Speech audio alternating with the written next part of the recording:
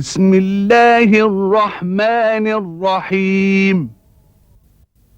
كتاب أنزلناه إليك مبارك ليدبروا آياته وليتذكر أولو الألباب. صدق الله العظيم.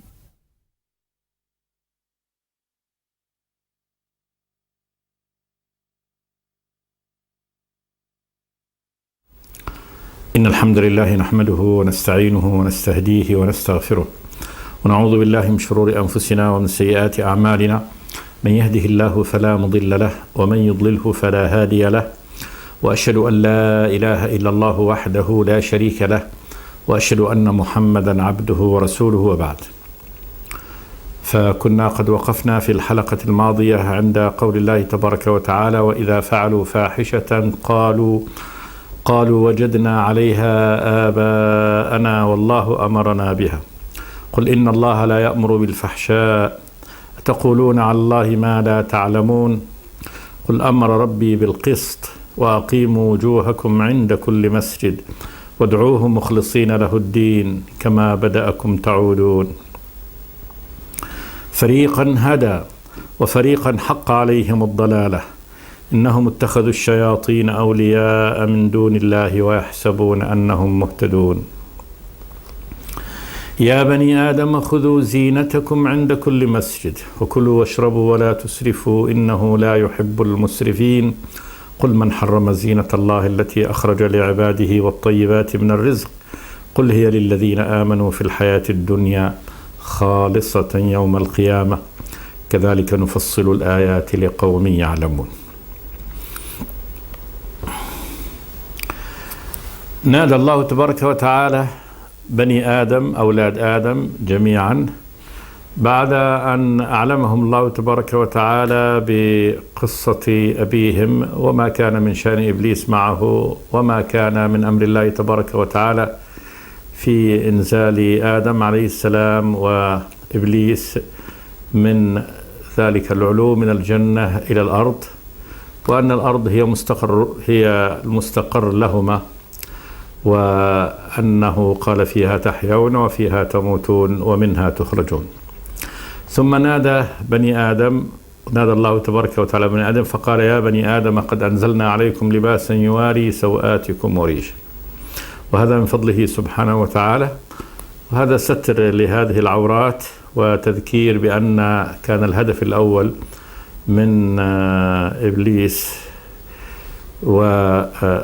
ووسوسته لآدم أن ينزع عنهما لباسهما. قال جل وعلا: فوسوس لهما الشيطان ليبدي لهما ما وري عنهما من سوآتهما وقال ما نهاكما ربكما عن هذه الشجرة إلا أن تكونا ملكين أو تكونا من الخالدين. فكان من شأن المعصية ما كان من كشف هذه العورات. الله تبارك وتعالى بعد توبة آدم ورجوع إلى الله تبارك وتعالى أنزل الله تبارك وتعالى على بني آدم هذه ما خلق له في هذه الأرض ويسر له ليستر به عورته إنعاما وإفضالا منه. قال: يا بني آدم قد أنزلنا عليكم لباسا يواري سوآتكم وريشا. ولباس التقوى لما كان اللباس الظاهري، كذلك ذكر الله تبارك وتعالى بلباس التقوى الذي يستر الله تبارك وتعالى به كل العورات، وذلك أن التقوى لله تبارك وتعالى فإنها مغفرة وتغطية لكل الذنوب، وإن المتقي لله تبارك وتعالى لا شك أنه سيتورع من كشف عوراته يعني ظاهرا، وكذلك العورات الداخلية التي يعني قد لا يطلع عليها من الكبر والحسد والغل، عورات القلب وديت كذلك فإنها تستر وينقيها الله تبارك وتعالى بالتقوى. ولباس التقوى ذلك خير، ذلك من آيات الله لعلهم يذكرون. يا بني آدم لا يفتننكم الشيطان، أي بالمعصية، كما أخرج أبويكم من الجنة ينزع عنهما لباسهما ليريهما سوآتهما إنه يراكم هو وقبيله من حيث لا ترونهم إنا جعلنا الشياطين أولياء للذين لا يؤمنون. هذا تذكير من الله تبارك وتعالى بأنه يعني جعل عقوبة لكل من والى الشيطان أن يوليه إياه. إنا جعلنا الشياطين أولياء للذين لا يؤمنون. ثم قال جل وعلا مبينا فجور هؤلاء الكفار وتمسكهم بما هم عليه: وإذا فعلوا فاحشة قالوا وجدنا عليها آباءنا. ولما كانوا يعظمون الآباء فإنهم يعني قد أخذوا مأخذهم دون نظر ودون اعتبار إلى هل كان الآباء على يعني شرعة حقيقية أم لا. ثم زادوا قالوا والله أمرنا بها، فتجرأوا على الله تبارك وتعالى وكذبوا عليه، وجعلوا أن أمر الله تبارك وتعالى الشرع الديني كذلك هو مما أمرهم به، أو أنهم نسبوا ذلك إلى أمره الكون القدري، كما قالوا لو شاء الله ما أشركنا ولا آباؤنا ولا حرمنا من شيء. قل هل عندكم من علم فتخرجوه لنا؟ هل حقيقة أنزل الله تبارك وتعالى وحرم عليكم يعني هذا الذي تحرموه، وأحل لكم هذه الفواحش التي تسيرون فيها وتفعلون بها؟ قالوا يقول الله عز وجل: وإذا فعلوا فاحشة قالوا وجدنا عليها آباءنا والله أمرنا بها. قال جل وعلا: قل إن الله لا يأمر بالفحشاء. يتنزه الله تبارك وتعالى أن يأمر عباده بفاحشة. تقولون على الله ما لا تعلمون. سؤال للتقريع والتوبيخ الهائل، لأنه ومن أظلم من افترى على الله كذبا. ثم افترى على الله كذبا بأن كذلك ادعى وافترى أنه يأمر سبحانه وتعالى بالفحشاء. تقولون على الله ما لا تعلمون. قل هذا دين، قل أمر ربي بالقسط. هذا الذي يأمر الله تبارك وتعالى به، والقسط العدل. وأقيموا وجوهكم عند كل مسجد. هذا كذلك مما أمر الله تبارك وتعالى ويأمر به، وجاء هنا الصيغة في كأنها أمر جديد، ما قال وأمر كذا، بل قال وأقيموا وجوهكم عند كل مسجد، لبين هذا أمره وشأنه الدائم سبحانه وتعالى. وأقيموا وجوهكم عند كل مسجد. وإقامة الوجه استقامته على أمر الله تبارك وتعالى، أن يكون وجهكم متوجها إلى الرب تبارك وتعالى لا إلى غيره جل وعلا. عند كل مسجد، وكل مسجد مكان سجود، يعني إذا صليتم فأقيموا وجوهكم لله تبارك وتعالى، لا تصلوا إلى غيره بل صلوا له سبحانه وتعالى. وادعوه مخلصين له الدين كما بدأكم تعودون. وادعوه، اطلبوا منه. الدعاء طلب من الأدنى إلى الأعلى، وهو من العبد إلى ربه سبحانه وتعالى، حال كونكم مخلصين له الدين، يعني لا تدعوا إلا إياه سبحانه وتعالى، فادعوه ولا تدعوا غيره معه، لأن الدعاء هو العبادة، كما قال النبي: الدعاء هو العبادة، وقال ربكم ادعوني أستجب لكم. وادعوه مخلصين له الدين. ثم قال جل وعلا: كما بدأكم تعودون. عبارة قصيرة أجملت وأقامت البرهان على أن عودة الأجساد والأرواح والبعث حق. كما بدأكم في الخلق من غير أن يكون لكم وجود سابق، بل من العدم أنشأكم تعودون. يعيدكم الله تبارك وتعالى، ومن بدأ الشيء فهو قادر على إعادته. والله سبحانه وتعالى بدأ الخلق فهو يعيده سبحانه وتعالى. كما بدأكم تعودون. فريقا هدى وفريقا حق عليهم الضلالة. فريقا من الخلق من بني آدم، من هؤلاء المخاطبين، هدى الله تبارك وتعالى. والفريق هو الفرقة والجماعة. وفريقا حق عليه الضلالة، هذا الفريق الثاني. حق عليه الضلالة يعني أصبحت الضلالة حقا عليه. ثم علل الله تبارك وتعالى وبين لما كان هذا الفريق ضالا. قال: إنهم اتخذوا الشياطين أولياء من دون الله. وذلك أنهم اتخذوا الشياطين، شياطين الجن الموسوسون، أولياء، أحباب لهم وأنصار لهم ومتبوعين يتبعونهم فيما يشرعون لهم وفيما يأمرونهم به من الفواحش والفسق ومعصية الله تبارك وتعالى فيطيعونه. إنهم اتخذوا الشياطين أولياء من دون الله. تركوا ولاية الله تبارك وتعالى. ولاية الله طاعته، الإيمان به، التوكل عليه، الإنابة إليه، السير في طريقه. هذا عقد يعني الولاية بين الله تبارك وتعالى وبين الخلق. تركوا ولاية الله تبارك وتعالى واتبعوا الشياطين وولوه ويحسبون أنهم مهتدون، يعني مع ولايتهم للشيطان والذي هو أعدى أعدائهم والذي يأخذه بهم إلى النار ويسوقهم وراءه خلفه إلى الجحيم عياذا بالله.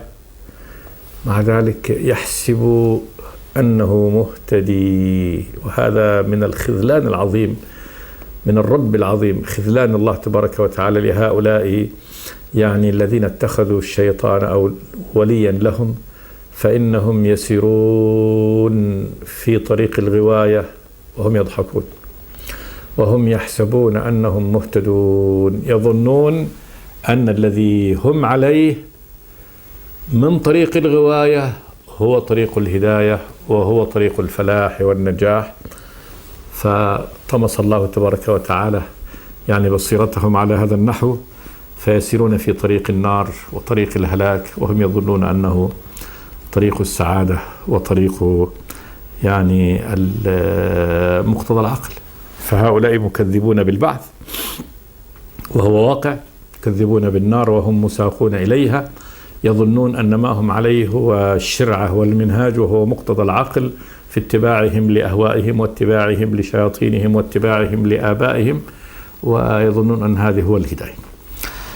فريقا هدى وفريقا حق عليهم الضلالة إنهم اتخذوا الشياطين أولياء من دون الله ويحسبون أنهم مهتدون. ثم النداء الثالث من الله تبارك وتعالى في هذا السياق لبني آدم، قال جل وعلا: يا بني آدم خذوا زينتكم عند كل مسجد وكلوا واشربوا ولا تسرفوا إنه لا يحب المسرفين. قل من حرم زينة الله التي أخرج لعباده والطيبات من الرزق قل هي للذين آمنوا في الحياة الدنيا خالصة يوم القيامة كذلك نفصل الآيات لقوم يعلمون. يا بني آدم، يا أولاد آدم، يناديهم الله تبارك وتعالى: خذوا زينتكم عند كل مسجد. الزينة تجميل، جمال، والإنسان لا يكون جميلا إلا باللباس، وأما إذا تجرد من اللباس فهو قبيح. فقول الله تبارك وتعالى: خذوا زينتكم عند كل مسجد، استروا عوراتكم باللباس عند كل مسجد، عند كل صلاة. أردتم الصلاة والقيام بين يدي الله تبارك وتعالى فخذوا الزينة، يعني البسوا اللباس الذي يستر عوراتكم. وهذا اللباس طبعا الواجب ستر العورة، العورة التي يجب سترها بالنسبة للرجال هي من حدود السرة إلى حدود الركبة، وبالنسبة للنساء جميع البدن إلا الوجه والكفين فقط. بالنسبة للرجال هذا حد العورة، ولكن يدخل في الزينة ما هو يعني أكبر من هذا كستر الكتفين، كما يعني قال النبي صلوات الله وسلامه عليه: يعني لا يصلي أحدكم في الثوب الواحد ليس على عاتقه منه شيء، وذلك خشية أن يسقط. يعني إذا كان الإنسان له ثوب واحد وجعله إزار فلا بد أن يخالف بين طرفيه ليربطهما على يعني عنقه حتى لا يسقط إزاره وهو في الصلاة. وكذلك إذا كان الإنسان يعني ثوبين فإن الأولى أن يصلي في ثوبين من أن يصلي في ثوب واحد، يعني لا يصلي في إزار واحد وإنما يصلي في ثوبين. على كل حال أخذ الزينة والتجمل ما أمكن في الصلاة مطلوب، ولذلك لم يأتي هنا فقط يعني يا بني آدم استروا عوراتكم في الصلاة، وإنما قال جل وعلا: خذوا زينتكم عند كل مسجد. والزينة هو يعني الجمال والتشمل بالثياب. يا بني آدم خذوا زينتكم عند كل مسجد وكلوا واشربوا ولا تسرفوا، أمر من الله تبارك وتعالى بالإباحة ونهي عن الإسراف. وكلوا واشربوا ولا تسرفوا، تسرفوا في الأكل والشرب بمجاوزة الحد، بالتفنن في الزيادات التي لا يعني تفيد، بتجاوز الحلال إلى الحرام. هذا الإسراف. الإسراف مجاوز الحد، يعني أن يأكل الإنسان ويشرب بما يضره، أو بأن يتوسع في ألوان الطعام والشراب بما يكون فيه، وإن كان مباحا، بما فيه تلف وسرف، أو أن يجاوز، طبعا إذا جاوز الحلال إلى الحرام ولو كان بقطرة من المسكر، فهذا لا شك أنه داخل في السرف. وكلوا واشربوا ولا تسرفوا، تجاوز الحد، إنه لا يحب المسرفين. إنه الرب سبحانه وتعالى لا يحب المسرفين. يخبر سبحانه وتعالى بأنه لا يحب المسرفين، يكره، وهذا معنى أنه لا يحب، أنه يبغض سبحانه وتعالى يعني أهل السرف. وقال جل وعلا: إن المسرفين كانوا إخوان الشياطين وكان الشيطان من ربه كفورا. وقول الله إنه لا يحب المسرفين فيه تنفير شديد من السرف، فالشيء الذي يبغضه الله تبارك وتعالى ويكره فاعله لا شك أنه يعني أمر يجب أن تكرهه النفوس وأن طيبه وأن تبتعد عنه، ما دام أن الله تبارك وتعالى لا يحبه جل وعلا. ثم قال جل وعلا: قل من حرم زينة الله التي أخرج لعباده والطيبات من الرزق. وجاء هذا بهذه الصورة، هذا الاستفهام الاستنكاري، لبيان أن الرب تبارك وتعالى لم يحرم على عباده طيبة. قل من حرم زينة الله التي أخرج لعباده. الزينة كل ما يتزين به ويتجمل، سواء كانت الزينة في الثياب أو في غير ذلك من المساكن والمراكب وغير ذلك. كل من حرم زينة الله التي أخرج لعباده، التي أخرجها الله تبارك وتعالى لعباده، أخرج لعباده عن طريق الزراعة، عن طريق المعادن، في باطن الأرض، عن طريق الصناعات، كل هذا مما يعني هيأه الله تبارك وتعالى وأخرجه لعباده. قل من حرم زينة الله التي أخرج لعباده والطيبات من الرزق. الرزق الطيب والطيبات كل ما زادت منافعه على مضاره فهو طيب، والعكس ما زادت يعني مضاره على منافعه فهذا قد يدخل في الخبائث. والطيبات من الرزق في أي باب من أبواب الاستمتاع. قال جل وعلا: قل هي للذين آمنوا في الحياة الدنيا، يعني خلقها، يعني أن الله تبارك وتعالى أخرج هذه الطيبات للذين آمنوا في الحياة الدنيا، خلقت من أجلهم. فالطيبات التي في هذه الحياة وهذه الزينة خلقها الله تبارك وتعالى من أجل عباده المؤمنين. قل هي للذين آمنوا، قل هي للذين آمنوا، يعني أنها خلقها ووجودها خالصة يوم القيامة. قول الله تبارك وتعالى خالصة يوم القيامة أنه لا يشركهم فيها أحد،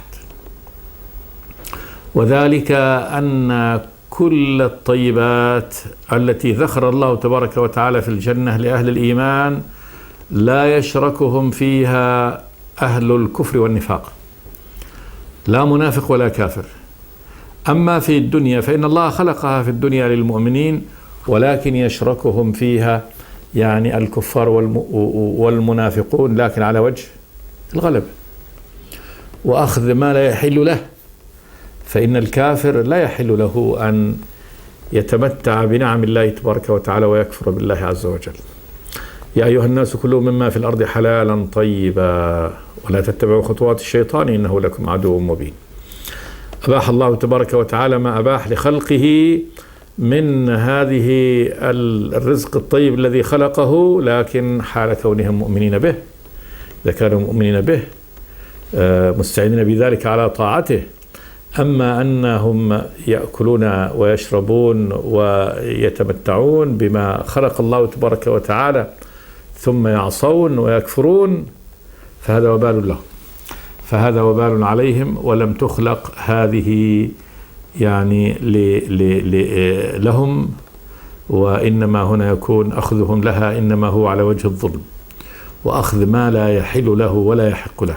ولذلك يحاسب على كل شربة ماء يعني شربها على هذا النحو الكافر بغير حقها، أنه أخذها بغير حقها، وإنما حقها إنما هو مع الإيمان، إنما هو مع الإيمان. قل هي للذين آمنوا، يعني خلقها الله تبارك وتعالى في الحياة الدنيا خالصة يوم القيامة، خالصة لا يشركها، يعطيهم الله تبارك وتعالى هذه الطيبات التي ذخرها الله تبارك وتعالى وجمعها لهم وهيئها لهم في الجنة ولا يشركها غيره، كما قال تبارك وتعالى: ونادى أصحاب النار أصحاب الجنة، وسيأتي في هذه السورة: ونادى أصحاب النار أصحاب الجنة أن أفيضوا علينا من الماء أو مما رزقكم الله قالوا إن الله حرمهما على الكافرين الذين اتخذوا دينهم لهوا ولعبا وغرتهم الحياة الدنيا فاليوم ننساهم كما نسوا لقاء يومهم هذا وما كانوا بآياتنا يجحدون.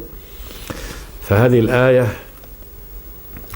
جدا شديدة، لأنها بيان أن الكافر لا يحل له أن يأكل من رزق الله تبارك وتعالى، وأن ما خلق الله تبارك وتعالى في هذه الأرض من الطيبات والنعم إنما خلقها لعباده المؤمنين.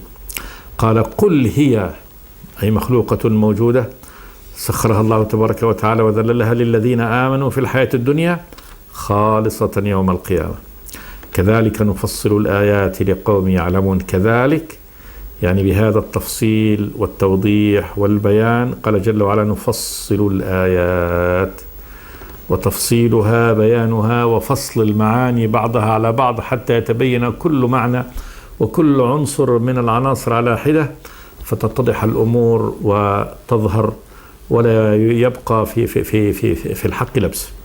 كذلك نفصل الآيات، آيات الله تبارك وتعالى هذه المقروءة المنزلة منه سبحانه وتعالى لقوم يعلمون، لكن لقوم يعلمون لمن عندهم علم، للذين يعلمون. أما الذين يجهلون ولا يسمعون ولا يعني يكون لهم يعني سبيل إلى العلم والتعلم فإنه لا يفيدهم هذا، لأنهم أصموا آذانهم، أصموا يعني غطوا أعينهم، أقفلوا قلوبهم وابتعدوا بها عن الهداية، فلذلك لا يستفيدون بهذه الآيات المنزلة. كذلك نفصل الآيات لقوم يعلمون. ثم قال جل وعلا: قل إنما حرم ربي الفواحش ما ظهر منها وما بطن والإثم والبغي بغير الحق وأن تشركوا بالله ما لم ينزل به سلطانا وأن تقولوا على الله ما لا تعلمون. هذا الذي حرمه الله تبارك وتعالى، لا ما ادعوا هم تحريمه ونسبوه إلى الله تبارك وتعالى. قل إنما حرم ربي الفواحش، هذا حصر للأمور التي حرمها الله تبارك وتعالى. الفواحش جمع فاحشة، والفاحشة هي الذنب البالغ مبلغه في القبح. فالشيء الفاحش، تقول جيل فاحش، تقول العرب جيل فاحش، يعني أنه غليظ قبيح، وهذا عمل فاحش بمعنى أنه بالغ مبلغه في القبح كالزنا واللواطة. قل إنما حرم ربي الفواحش ما ظهر منها وما بطن. ما ظهر منها على الجوارح، وما بطن في القلب، أو ما ظهر منها أمام الخلق، وما بطن ما استتر به صاحبه عن الناس. فكل أنواع الفواحش الظاهرة والباطنة حرمها الله تبارك وتعالى. فمن ما يظهر على الجوارح أي عمل فاحش يظهر على الجوارح، ومن الباطن الكبر والحسد والغل، هذه أمور كذلك من الفواحش لكنها باطنة في القلب وحرمها الله تبارك وتعالى. أو ما يظهره الناس بعضهم أمام بعض، أو ما يسرونه ويفعلونه سرا، كل هذه الفواحش ما ظهر منها وما بطن حرمه الله تبارك وتعالى. والإثم، الإثم الذنب. والبغي بغير الحق، البغي العدوان، وأصل البغي هو مجاوز الحد، بغى بمعنى أنه يعني جاوز حده، والبغي بغير الحق. البغي لا يكون يعني بحق إلا إذا كان انتصارا من الظالم وأخذا للحق. أما إذا كان عدوان وظلم، فهذا بغي بغير حق. وأن تشركوا بالله ما لم ينزل به سلطانا. أن تشركوا بالله أي نوع من الشرك، فإن الله تبارك وتعالى هو الواحد الأحد الفرد الصمد الذي لم يلد ولم يولد ولم يكن له كفوا أحد في ذاته سبحانه وتعالى، فلا جزء له. فكل من نسب لله تبارك وتعالى جزء فقد أشرك بالله، وهذا أعظم الشرك.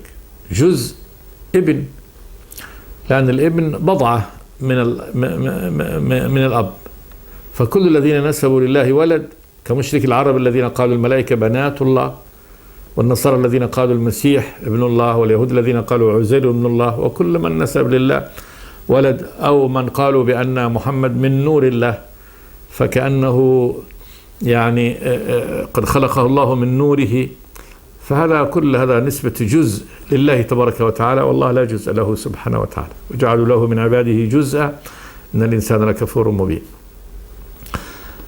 أو جعل أن صفة الله تبارك وتعالى تحل في المخلوق، أو أن المخلوق يتصف بصفة الله، يسمع كسمع الله، يبصر كبصر الله. فهذا الله تبارك وتعالى لا شبيه له ولا ند له، لا ند له في صفة من صفاته سبحانه وتعالى. وكذلك الشرك بالله تبارك وتعالى أن يشرك بالله في حق من حقوقه، فإن لله حقوق على العباد، لأنه الله الخالق الرازق المحيي المميت المتفضل على خلقه، فلا خالق إلا هو، ولا متوكل بالخلق وبالعباد إلا هو سبحانه وتعالى. فكل من اتخذ إلها يعطيه حق من حقوق الإله الحق الذي لا إله إلا هو، فهو مشرك بالله تبارك وتعالى. كمن يسجد لغيره، يعبد غيره، يصرف أي نوع من العبادة التي لا تليق إلا بالله تبارك وتعالى لغيره، فهذا مشرك بالله. قال وأن تشركوا بالله ما لم ينزل به سلطانا. السلطان هو الأمر القوي القاهر، فالعلم مثلا سلطان بهذا. فالله تبارك وتعالى لا شك أن كل من أشرك بالله لا سلطان عنده، بمعنى أنه لا علم عنده، لا مستند يستند إليه في اتخاذه شريك لله تبارك وتعالى، بل كل الشرك افتراء. كل مشرك مفتري افترى هذا الذي قاله أو يفعله فيما ينسبه لله تبارك، فهو مفتري. فهذا كلها أمور بالظنون. كل الشرك إنما هو قائم على الحدس والظن والتخمين، ولا عند مشرك أثارة علم في شركه وفي عبادته لغير الله تبارك وتعالى. فقال وأن تشركوا بالله ما لم ينزل به سلطانا وأن تقولوا على الله ما لا تعلمون. هذا الذي حرمه الله تبارك وتعالى، القول على الله بغير علم. وأعظم القول على الله بغير علم أن يدعى أن له ولد وهو الواحد الأحد سبحانه وتعالى، فهذا شتم له. وقالوا اتخذ الرحمن ولدا لقد جئتم شيئا إدا تكاد السماوات يتفطرن منه وتنشق الأرض وتخر الجبال هدا أن دعوا للرحمن ولدا وما ينبغي للرحمن أن يتخذ ولدا إن كل من في السماوات والأرض إلا آتي الرحمن عبدا لقد أحصاهم وعدهم عدا وكلهم آتيه يوم القيامة فردا. فأعلى القول على الله بغير علم أن يقال إن له ولد، وأدنى ذلك أن يقال إنه حرم هذا أحل هذا بغير برهان منه، فهذا كذلك من الظلم. فلو قيل إن الله أحل هذا ولم يحله أو حرم هذا ولم يحرمه فهذا قول على الله تبارك وتعالى بغير علم.